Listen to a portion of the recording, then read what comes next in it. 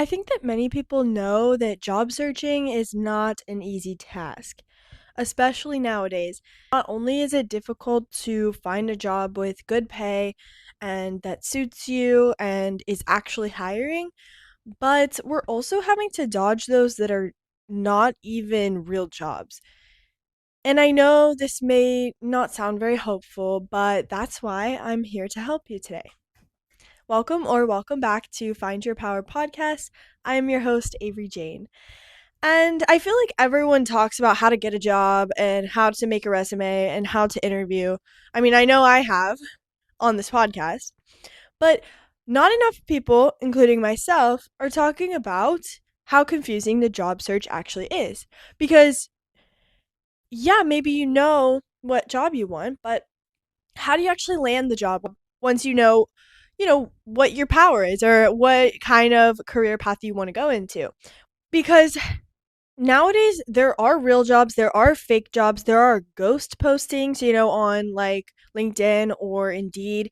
There are commission only roles that are disguised as a base pay role. There are pyramid scheme roles. There are random people messaging you saying that they hired you when you didn't even apply to the job that they're posting about. So it gets a little confusing out there. And that's why I'm here to help you today. That's what we're talking about. I know I'm not the only one who's run into these jobs on LinkedIn or Indeed when you're looking to apply that just seem way too good to be true. The first point that I want to make is that just because it's posted online does not mean it's true. And unfortunately, I think LinkedIn and Indeed, and the only reason I'm only mentioning those two today is because those are the only two that I personally use, so I can only really speak on those. But of course, there are other job platforms out there to use, but specifically those ones, I think that they do try to filter out the false jobs. I think they really do try to filter out the jobs that are not real because they don't, these platforms are not for the fake jobs, right? But unfortunately, they can't catch them all, unlike Pokemon. So they're still out there. And I know that there's people like myself when I first started out that assume that, just because the job is posted on one of these platforms, then it must be verified and it must be safe.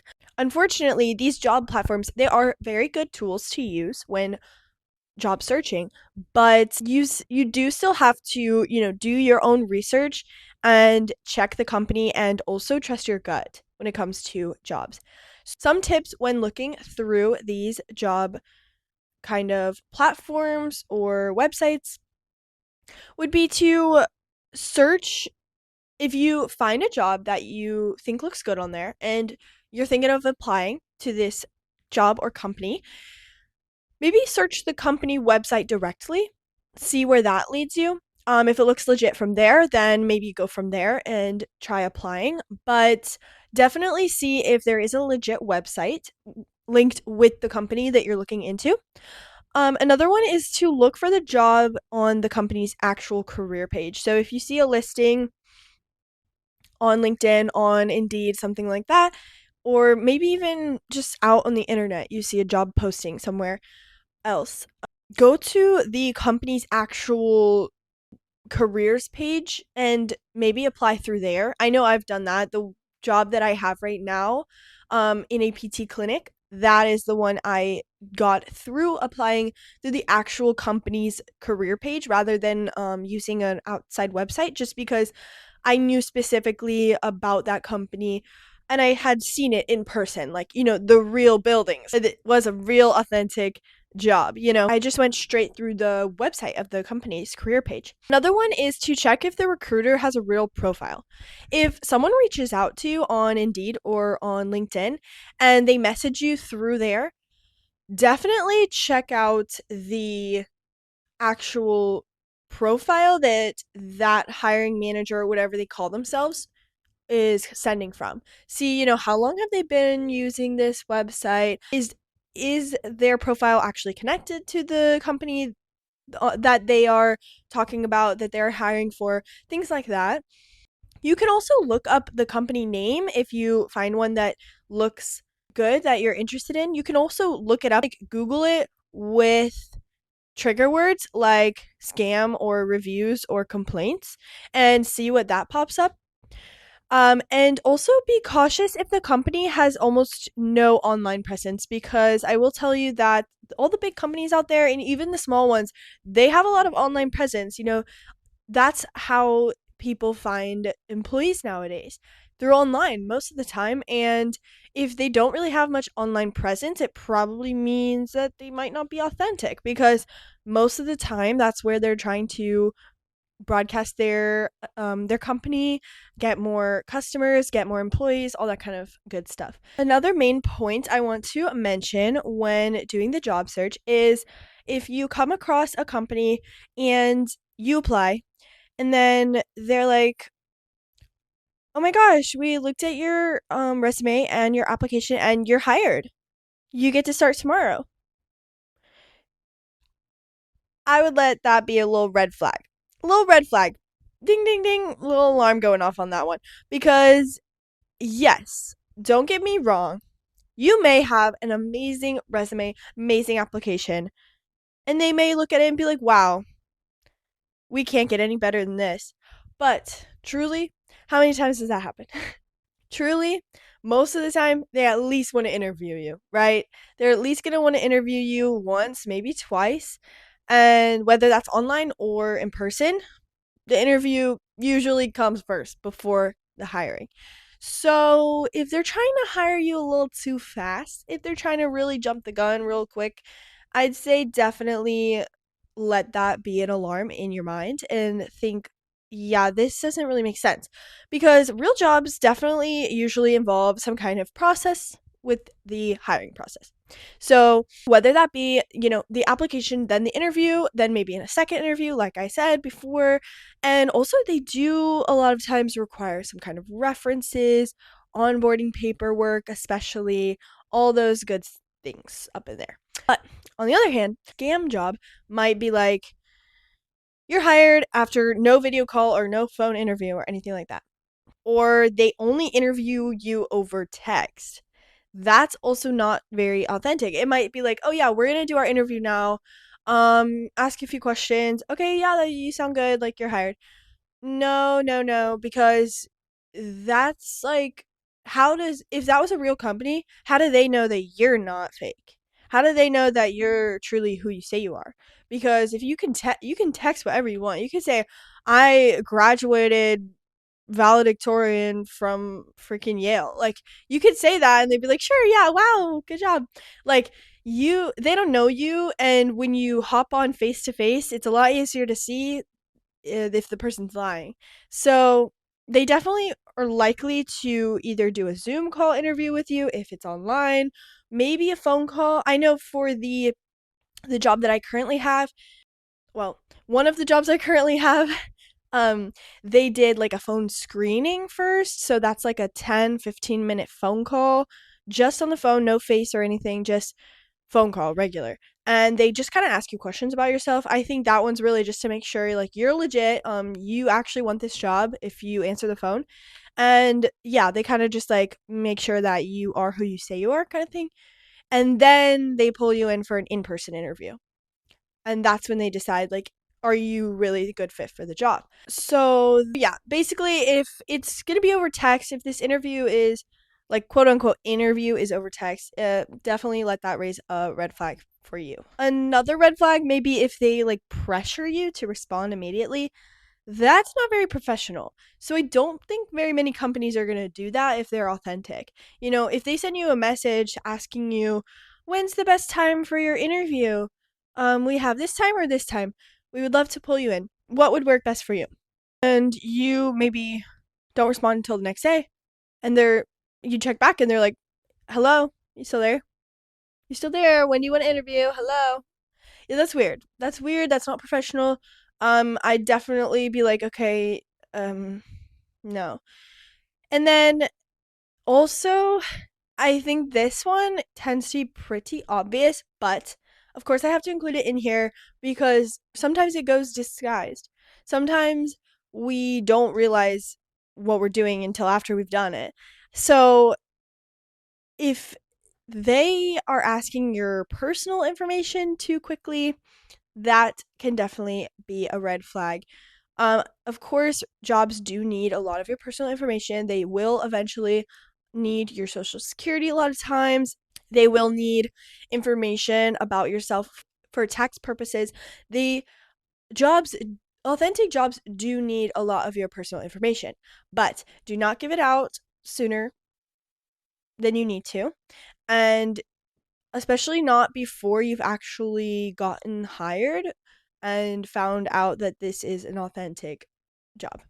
And unfortunately, I know that like sometimes it may be like kind of flattering if it seems like the company's like super eager to hire you and they're like, "Oh my gosh, like we need you on this team. We need you." Like that sounds like, "Oh my gosh, like yeah, I'm that good."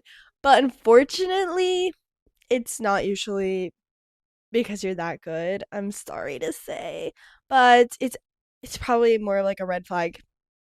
So, yeah. The third red flag or main point that I have to make about watching out for these scam jobs. The pay sounds too good for the role. And this one gets to be a little bit tricky sometimes because the thing is that, yeah, there are some jobs out there that pay really well. And I hope that all of you get one of those if that's what you're looking for. But some of them sound a little too good, especially when it's like no experience needed kind of thing. That's when the big like alarms should go off. If it's like make $2,000 a week from home, no experience. Yeah, that's probably not real. Cuz the thing is that yes, there are probably jobs that can pay you $2,000 a week from home. But I don't know about the no experience part. And probably it does take a lot of work to get into that. Not so easy as just applying. And also, if it's like entry level, maybe like an assistant job, but it's like $45 an hour, $50 an hour, that's also like, why is this entry level assistant job 45 to $50 an hour? A little suspicious. Other one might be like a remote job with a flexible schedule and does not require an interview. That sounds a little too good to be true, right? Or maybe you only work 5 hours the entire week and you also make six figures a year. Yeah, that's not really. You kind of got to work hard for that. And if someone's just like putting that out there, unfortunately, that's not a real one either. And I know some of these sound pretty obvious, but when you get into that loop of applying to, I don't know how many you're applying to nowadays, but just say like 30 to 50 jobs a day, if you're applying to that many and you just keep going and there's gonna come a time when you get a message and you're gonna be like, dang, yes, finally, like I got a message and this one wants to hire me and it sounds really great. And unfortunately, it might not be real. And that's why it's really hard because they really get you at your most, vulnerable, desperate times because those are the times when you're applying like so many jobs and you really want to find one. So it's just important to understand that there are amazing opportunities out there, but it is important to clarify the difference between a good opportunity and also something that sounds like bait to get you pulled in.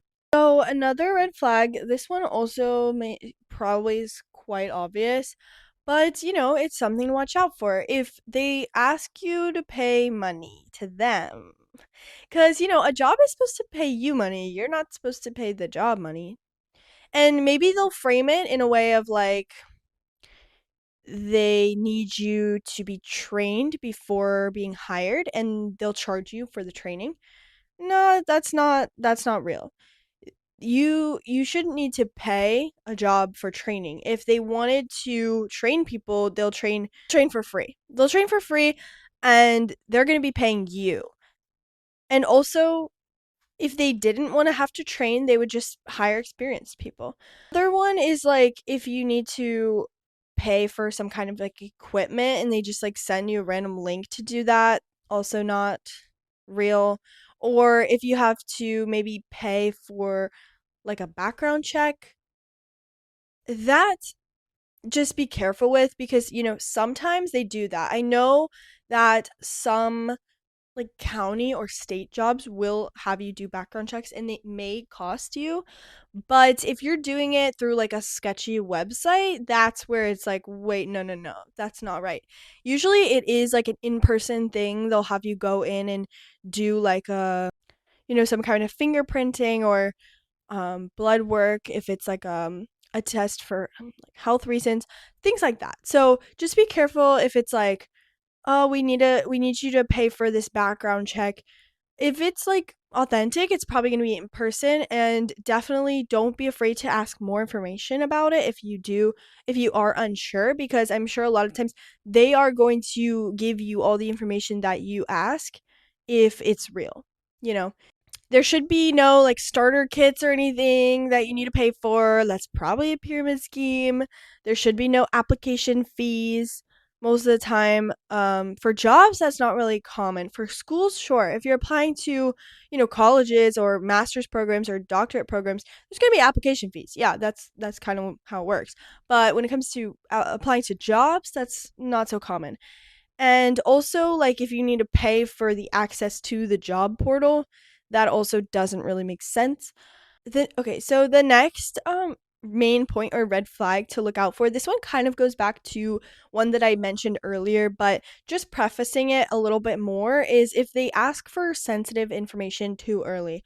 You should not be giving sensitive information out. So eventually, real jobs do need information. Like I said, they need it for payroll, they need it for taxes. If you want to get paid, you're going to have to give them some kind of bank number or deposit number, whatever, however you want to get paid. Maybe even just your address, for them to mail you a check or something like that.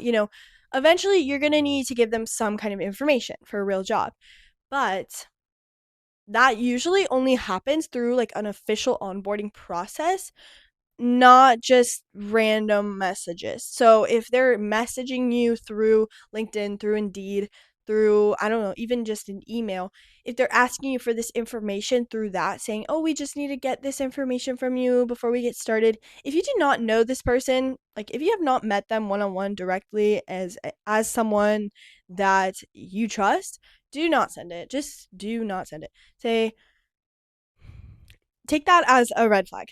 And this can be anything personal. This could be social security number, bank account information, direct deposit information, driver's license photos, passport photos, full your address, or any kind of weird verification forms. Basically, do not send personal information just because someone has a logo in their email signature. So now that we went through all the, red flags, things to look out for those scam jobs, I do want to point out that not every job out there that is not inauthentic is a scam fully. So some of these jobs listed on Indeed or on LinkedIn or anything like that, they may be real jobs, but they may not be exactly what you're looking for, and sometimes they do word their jobs incorrectly. So it is important to just get the full picture and the full information about the job that you are applying to before you actually get hired and get in there. So whether it's during the interview process, you ask a lot more information or you ask a lot of questions on the company, the actual job itself, or maybe through an email reaching out, anything that you need to do to completely have a clear clear idea on what your job is going to be and what it's going to include, because there are sometimes when the listings may be misleading. So some examples of this could be, if on in LinkedIn or Indeed it says it's a marketing role, it could actually be like door-to-door sales. Maybe that's not something that you want to get into. It could also say remote job, but it's only remote after you've done like a bunch of weeks or months in person in an office. Maybe it says base pay, but it's actually only commission, and they don't really mention that during until you ask. Maybe it says flexible schedule, but that may just mean that it's unpredictable hours. It might have you working night shifts or night hours that you didn't realize that's what that meant. They might be trying to trick you with that one. Or it could even say entry level, but they actually do want like 2 to 3 years of experience or something. So sometimes it's not fake, it's real. It's a real job, but they may be advertising it not fully in an honest way. So that still matters to check that out and kind of clarify. When it comes to all of this fun stuff in the job market and the job searching and clarifying, what's real, what's not, I do want to help you guys by giving you some ways to protect yourself out there. Before you apply or interview for a job, find the company's website, like their official website. Search the company, see how it looks too. Sometimes there's a chance that a scam company could also have a website, but look at it. Does it seem like the entire thing was created by AI? Does it seem like it's truly authentic? Does it seem like it gets a lot of traction? Do people, is it updated? Is it like super outdated? Check those little things. Um, See if the job is posted on their official careers page. If they have a website, they likely have a careers page as well. Especially if it's a big company, or if they broadcast as being a big company, or even if they broadcast as being a company that's been around for at least a year, they should probably have a careers page on their website. Look up the recruiter that messaged you on LinkedIn. See, what their profile looks like, how authentic that looks. Check the email address if you did get an email about a job search and maybe it was like, hey, I saw your information on LinkedIn or Indeed and I wanted to shoot you an email about this job that you applied to. Check the email that it's coming from and just note that a Gmail or like a Yahoo or something like that kind of email, if it's coming from a company that's supposed to be like big, or even if it's not a big company, like if it's a Gmail or a Yahoo email coming from someone that's hiring, it should be a little red flag. That should be a little suspicious because usually the companies have like at and then company name.com or .org or whatever. Instead of not at gmail.com or at yahoo.com.